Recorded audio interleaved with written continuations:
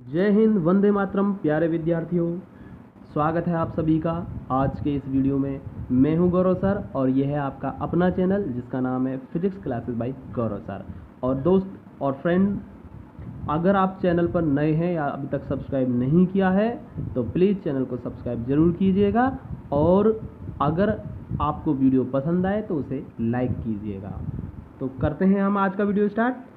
प्यारे विद्यार्थियों, आज का जो हमारा टॉपिक है वो है एक समान विद्युत क्षेत्र में द्विध्रुव की स्थिति ऊर्जा।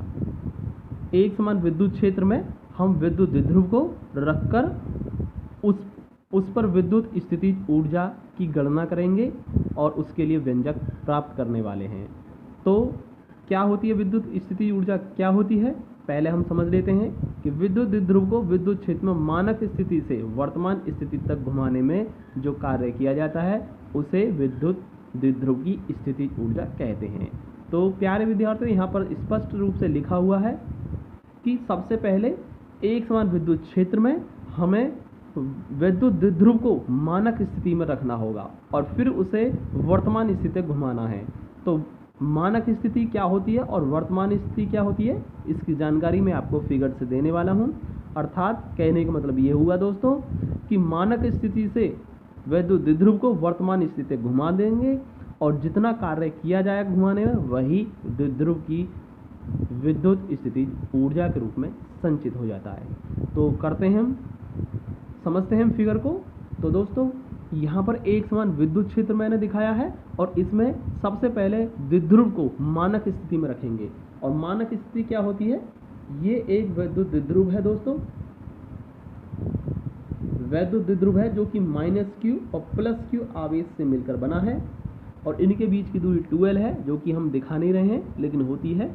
द्विध्रुव जो बनाया था उसमें हमने बताया था। और ये दोस्तों, ये 90 डिग्री का एंगल बनाते हुए रखा है ये, और यही होती है इसकी मानक स्थिति। जब विद्युत द्विध्रुव को विद्युत क्षेत्र में, एक समान विद्युत क्षेत्र में 90 डिग्री के एंगल पर अर्थात लंबवत रखा जाता है तो वही स्थिति होती है मानक स्थिति।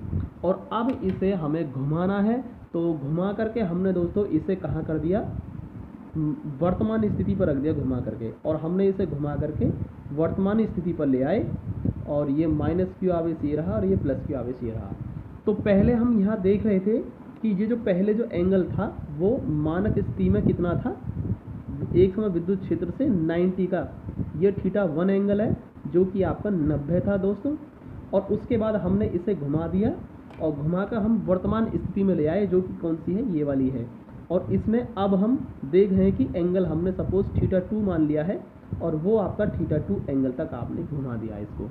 तो मानक स्थिति से वर्तमान स्थिति तक घुमाने में जितना कार्य किया गया होगा वही कार्य होगा विद्युत स्थितिज ऊर्जा, द्विध्रुव की विद्युत स्थितिज ऊर्जा। दोस्तों, आप समझ रहे होंगे कि कहना क्या चाह रहे हैं। सबसे पहले आप यहाँ समझें, ये एक विद्युत द्विध्रुव है सपोज, और ये मानक स्थिति में रखा हुआ है अर्थात विद्युत द्विध्रुव के विद्युत क्षेत्र के लंबवत रखा हुआ है, ये मानक स्थिति में रखा हुआ है। और आपने इसे वर्तमान स्थिति में लाकर छोड़ दिया। वर्तमान स्थिति मतलब किसी भी स्थिति में लाकर छोड़ दें आप। स्थिति का मतलब होता है किसी भी एंगल पर लाकर छोड़ दें आप। तो जिस एंगल पर लाकर आप छोड़ देंगे, द्विध्रुव को घुमाकर छोड़ देंगे, वही इसकी वर्तमान स्थिति होगी। और मानक स्थिति में आपको रखना है इसे, अर्थात लंबवत ही रखना है। लंबवत रखने का मतलब ही हुआ कि मानक स्थिति में रखा हुआ है और फिर इसे आप किसी भी स्थिति पर लाकर छोड़ दें, अर्थात किसी भी एंगल पर लाकर रख दें, और यही एंगल जो होगा, यही जो स्थिति कहलाएगी वो आपकी वर्तमान स्थिति कहलाएगी दोस्तों। तो इसे यहाँ से यहाँ तक घुमाने में जितना कार्य किया गया होगा यही इसकी विद्युत स्थिति ऊर्जा कहलाएगा दोस्तों। और हमने मान लिया है कि मानक स्थिति में θ1 क्या होता है, 90 होता है, और जिस स्थिति में छोड़ा है वहाँ पर एंगल θ2 है, अर्थात θ1 से θ2 घुमाने में जितना कार्य होगा वही विद्युत स्थिति ऊर्जा होगा। तो करते हैं हम डेरिवेशन स्टार्ट। जैसा कि हम ज्ञात कर चुके हैं, क्या ज्ञात कर चुके हैं, आपसे पिछले वीडियो में हमने देखा था कि जब द्विध्रुव को एक समान विद्युत क्षेत्र में θ1 कोण से θ2 कोण तक घुमाते हैं तो घुमाने में किया गया कार्य कितना होता है, W = PE cos θ1 - cos θ2। ये इससे जस्ट पिछले वीडियो में ही हमने कराया था। और अगर आपने ये डेरिवेशन नहीं देखा है तो प्यारे विद्यार्थियों, एक बार पहले आप इस डेरिवेशन को देख लें कि ये कैसे आता है। इसका लिंक मैं आपको डिस्क्रिप्शन में दे दूंगा, वहाँ से भी आप इसको देख सकते हैं या फिर हमारी प्लेलिस्ट में आकर चेक कर सकते हैं। तो प्यारे विद्यार्थियों, ये इतना होता है। अब यहाँ पर हम θ1 और θ2 का मान ले लेते हैं। तो प्यारे विद्यार्थियों, हम कहाँ से कहाँ तक घुमा रहे हैं इसे? मानक स्थिति से, यानी θ1 बराबर 90 डिग्री से θ2 एंगल तक घुमा रहे हैं। तो देखते हैं क्या होता है। तो प्यारे विद्यार्थियों, हमने θ1 90 ले लिया है जो कि मानक स्थिति में रखा हुआ है, और θ2 θ कर दिया है, अर्थात वर्तमान स्थिति लेने पर। ठीक है। तो प्यारे विद्यार्थियों, तो विद्युत द्विध्रुव की स्थितिज ऊर्जा क्या हो जाएगी? तो क्या हो जाएगी? अब हम θ1 90 और θ2 बराबर θ रख देंगे इस समीकरण में। तो देखते हैं क्या होता है। तो स्थितिज ऊर्जा क्या होगी दोस्तों? अब हम इसको U कह सकते हैं, स्थितिज ऊर्जा U कह सकते हैं। इस कार्य को ही स्थितिज ऊर्जा कहते हैं परिभाषा से, और हम इसको U से प्रदर्शित कर सकते हैं। तो वो हो जाएगा आपका PE, और cos θ1 आपका मानक स्थिति में रखा हुआ है तो θ1 90 हो गया, और cos θ2 आपका θ ले सकते हैं आप। तो प्यारे विद्यार्थियों, अब हम यहाँ से PE और cos 90 का मान लिख देंगे, और cos 90 का मान कितना होता है? 0 होता है, 0 माइनस cos θ। आप यहाँ से देख पा रहे हैं कि ये आपका माइनस के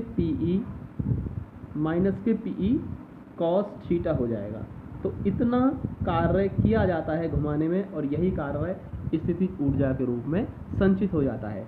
तो मानक स्थिति से वर्तमान स्थिति तक घुमाने में जो कार्य किया जाता है उसे हम द्विध्रुव की स्थिति ऊर्जा कहते हैं, और उसका मान माइनस PE cos θ होता है।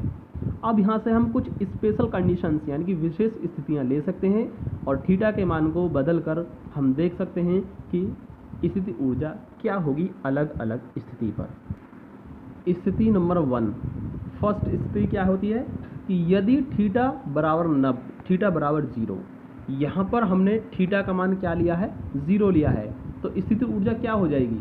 सबसे पहले हमने θ 0 ले लिया है, इसका मतलब ये है कि यहाँ पर जो θ1 तो आपका 90 है ही, जो θ2 है ना वो आपका θ था, आपने क्या ले रखा? उसे 0 ले रखा, अर्थात विद्युत क्षेत्र के ही समांतर है। तो आपने इसे ऐसे था और आपने ये ऐसे कर दिया है घुमाकर, अर्थात θ2 का जो मान हो गया वो कितना हो गया? 0 हो गया। जब आप इसे यहाँ कर देंगे, संरेख कर देंगे इसके, तो θ2 का मान 0 हो जाएगा। तो इस पोजीशन में है। तो देखते हैं क्या होता है। तो स्थिति ऊर्जा क्या आएगी? U = माइनस के PE, और cos 0 हो जाएगा, और cos 0 का मान 1 होता है, तो U बराबर माइनस के PE हो गया। तो प्यारे विद्यार्थियों, U बराबर माइनस PE होगा, और ये जो मान होता है वो न्यूनतम होता है। ये जो मान होगा मिनिमम हो गया, न्यूनतम हो गया, और इस स्थिति में द्विध्रुव स्थायी संतुलन में होता है। तो प्यारे विद्यार्थियों, चलते हैं स्थिति नंबर 2 की तरफ। स्थिति नंबर 2, यदि θ 90 है तो स्थिति ऊर्जा क्या होगी? तो देखते हैं क्या होगी। U बराबर माइनस PE cos 90 हो जाएगा, और cos 90 का मान 0 होता है, तो ये 0 हो गया। और यही कारण है कि हम θ बराबर 90 को मानक स्थिति मानते हैं। क्यों मानते हैं? क्योंकि U का मान यहाँ पर 0 होता है, अतः यह इसीलिए इसको हम मानक स्थिति मानते हैं। तो चलते हम स्थिति नंबर 3 की तरफ। यह है आपकी स्थिति नंबर 3। यदि θ का मान 180 होता है तो स्थिति ऊर्जा क्या होगी?